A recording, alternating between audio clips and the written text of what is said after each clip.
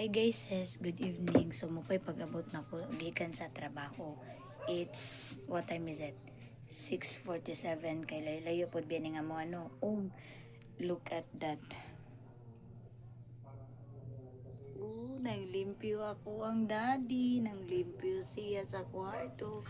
Kay most of the time guys sis, kay ako gyud manglimpyo taga-abot na ko og dili na ko na mosupat pa kay it because ang ako abiyang daddy ang magsigig sayaw og kanta kay napabiya mi bata na pay tindahan, so dili na ko muyaw-yaw pa o di na ko dagan istorya.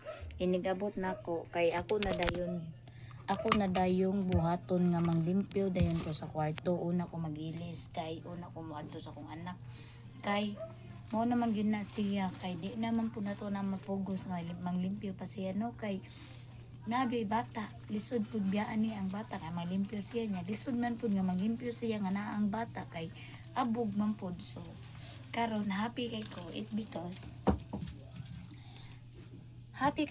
because look at that.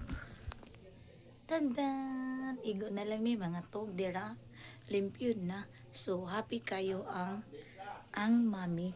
Kay it because limpyo na. Wala na din ako manglimpyo. Diba? Oh, so, namoy daddy ngayon na. Wala. Ako ra ngay daddy ngayon na.